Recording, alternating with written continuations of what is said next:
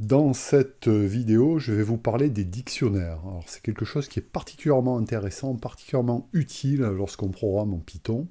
Ce sont des structures de données qui permettent de manipuler assez facilement des données. Alors, ce sont des structures qui sont itérables, des objets qui sont itérables et modifiables. On va le voir après.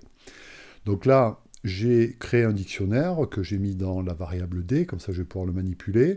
Pour créer un dictionnaire, accolade ouvrante, accolade fermante. Les éléments sont séparés par des virgules, tout ça ressemble à des ensembles, sauf que là maintenant un élément, ça va être l'association d'une clé. Ici c'est une chaîne de caractères, mais ça pourrait être autre chose, séparé par deux points, ça fait partie de la syntaxe des dictionnaires, et suivi d'une valeur. Alors, la valeur ici c'est que des entiers, mais ça pourrait être autre chose. Donc, attention, c'est un dictionnaire particulier. Imaginons que ce dictionnaire fasse la correspondance entre des gens, Tom par exemple, et leur âge en nombre d'années, 30 ans. Voilà. Donc, exécutons ça pour voir un peu ce que ça donne. Donc, F5, voilà. Alors, F5, lorsqu'on itère sur le dictionnaire D, ça nous affiche, ici, puisque j'ai fait un affichage, que les clés. Alors, pour avoir accès aux clés, il suffit d'utiliser la méthode keys. Voilà, parenthèse, parenthèse, ça vous donne un objet qui est itérable, sur lequel vous allez pouvoir itérer pour éventuellement afficher les choses, et ça va être uniquement les clés. Si vous voulez avoir accès aux valeurs, c'est la méthode values. Voilà. Et si vous voulez avoir accès aux deux, à la correspondance entre les deux, ce sont des items, donc c'est ce que j'ai noté ici, et c'est tout simplement des points, enfin le nom de votre dictionnaire, .items, parenthèse, parenthèse. Voilà. Donc là, vous avez les associations clés, valeurs. Bien, ça c'est les méthodes, je dirais, pour accéder aux éléments de votre dictionnaire. Alors attention, les clés, c'est pas n'importe quoi. Une chaîne de caractères, ça marche. Un entier, ça peut marcher. Mais on ne peut pas mettre n'importe quoi. Il faut qu'une clé soit hachable. Alors qu'est-ce que ça veut dire? Je ne vais pas rentrer dans les détails, mais en gros, lorsque je lui demande, par exemple, quel est l'âge de Fred, je vais accéder comme ça à l'élément Fred. Voilà, je vais lui demander quel est l'âge de Fred, il va me dire 55 ans.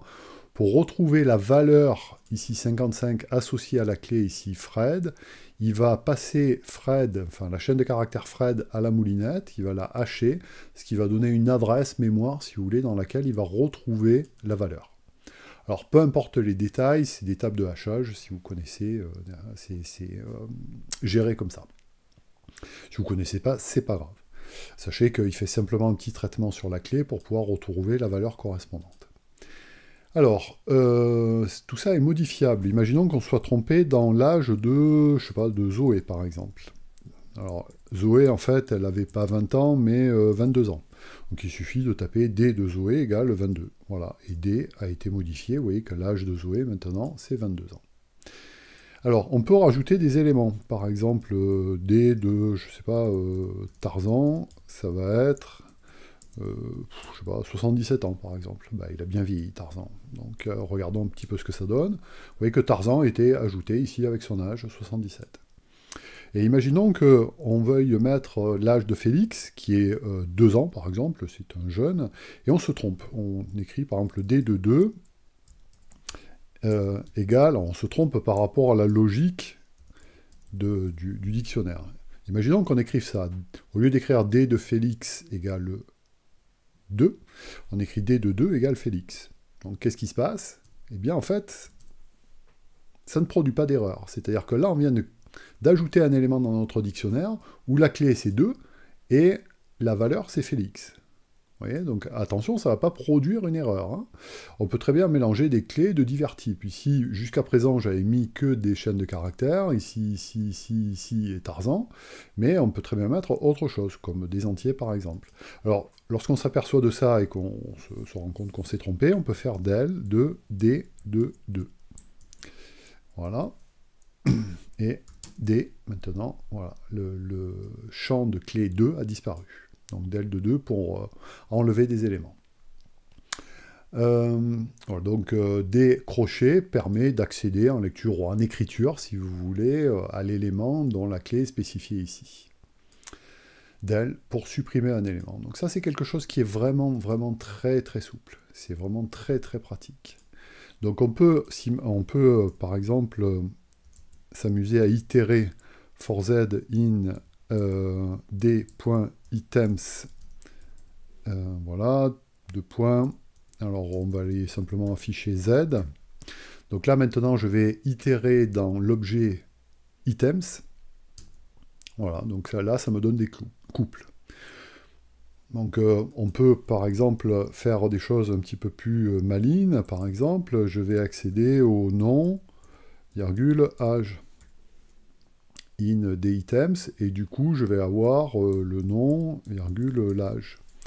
Voilà, donc là je peux, dans une boucle, déstructurer mes éléments pour avoir accès directement aux deux éléments du couple, du tuple.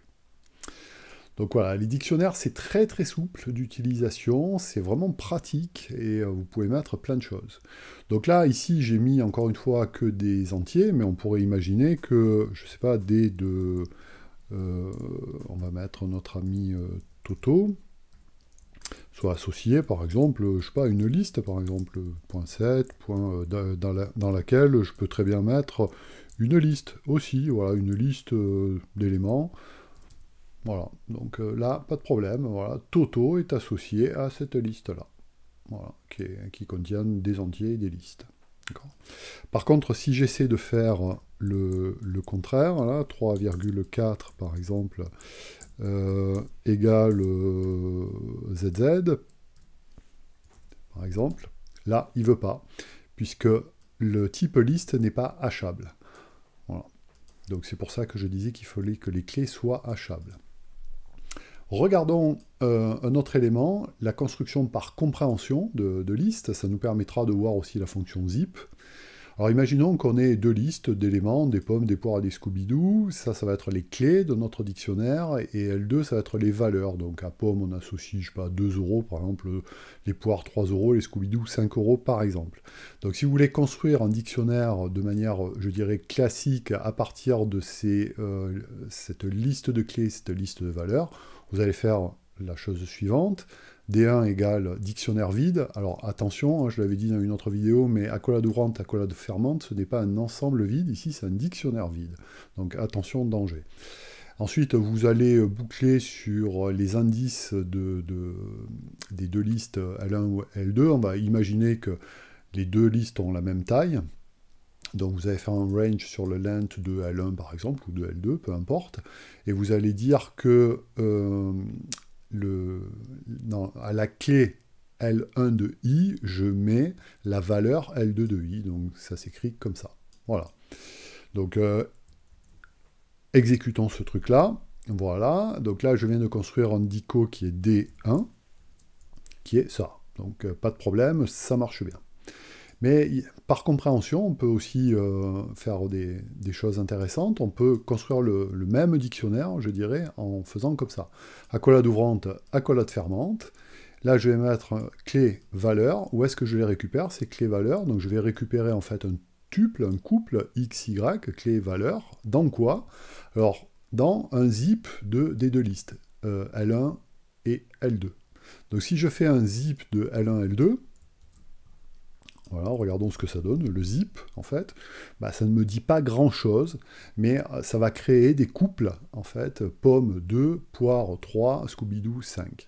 Et du coup, comme je sais que ça me crée des couples, je les déstructure, mes couples clés-valeurs, et je les mets dans mon dictionnaire.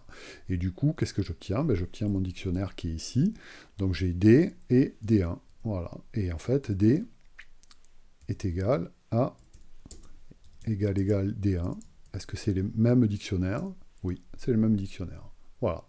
Donc, encore une fois, le dictionnaire, c'est vraiment quelque chose d'essentiel à connaître et à utiliser.